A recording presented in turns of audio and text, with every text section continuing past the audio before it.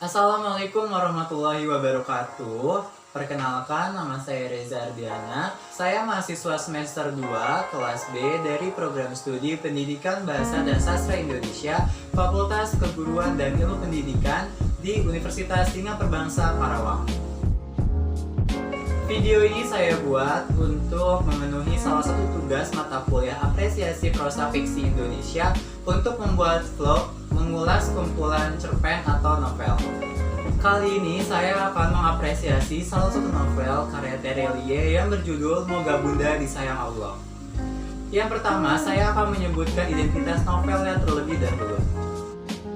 Novel ini berjudul Moga Bunda Disayang Allah, penulis Terelie, penerbit Republika, terbit pada bulan Agustus tahun 2008, bertempat di Jakarta, dan dengan jumlah halaman sebanyak 246 halaman. Untuk sinopsisnya sendiri, novel ini menceritakan perjuangan anak-anak yang tak mudah dalam hidupnya, di mana diceritakan ada dua anak yang masing-masing memiliki kekurangan ataupun masa-masa sulit dalam hidupnya.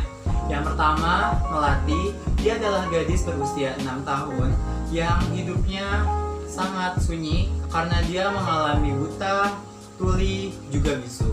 Sesuatu sempat terjadi di masa lalu sehingga menyebabkannya seperti itu. Lalu yang kedua menceritakan Karang, yaitu seorang pemuda yang dahulunya adalah seorang pemuda yang sangat bersemangat untuk mendidik anak-anak, namun karena sesuatu terjadi, hidupnya menjadi tidak berarah, hidupnya menjadi hampa, hidupnya selalu dihantui rasa bersalah. Namun, Melati dan juga Karang bukanlah sosok yang pantang menyerah. Meskipun dalam perjuangannya mereka selalu menghadapi kesulitan ataupun rintangan, tetapi mereka selalu mencoba untuk memperbaiki masa lalu demi masa depan yang lebih baik. Melati yang buta, tuli juga bisu, akhirnya bertemu dengan Karang setelah Nyonya Haka, ibunda daripada Melati, meminta Karang untuk coba mengobati Melati. Meskipun awalnya Karang menolak, namun akhirnya hatinya tergerak untuk membantu Melati demi mengenal dunia dan seisinya. Melati akhirnya bisa mengenal dunia meskipun hanya melalui telapak tangan, dan Karang kembali menemui kehidupannya yang seperti dahulu, dengan jiwa yang semangat dan penuh percaya diri.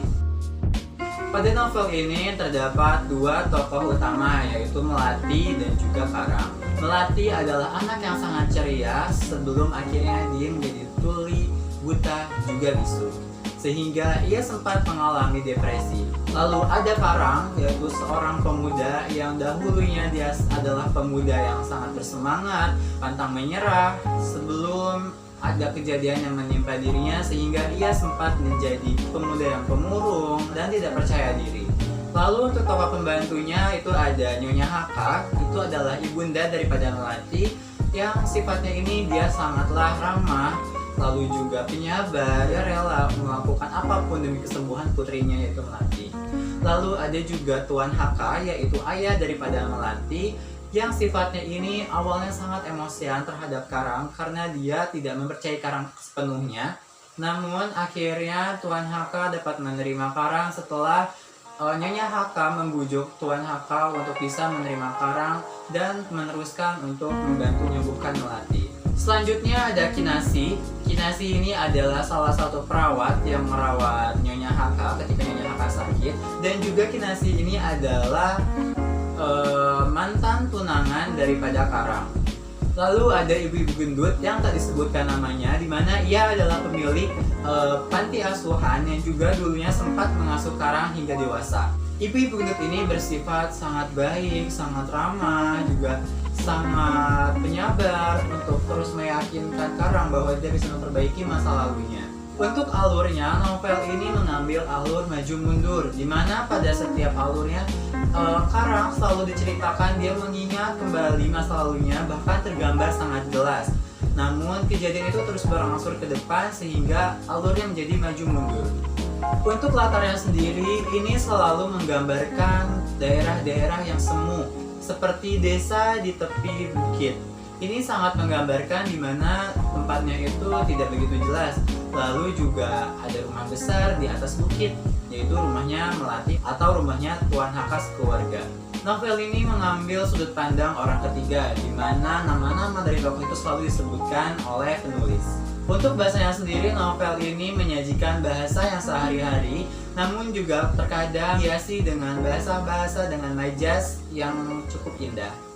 Tema daripada novel ini mengandung tema sosial, juga mengandung tema moral dan religi, di mana novel ini selalu mengajarkan kita agar terus senantiasa berusaha dan memperbaiki masa lalu agar kita mempunyai masa depan yang lebih baik.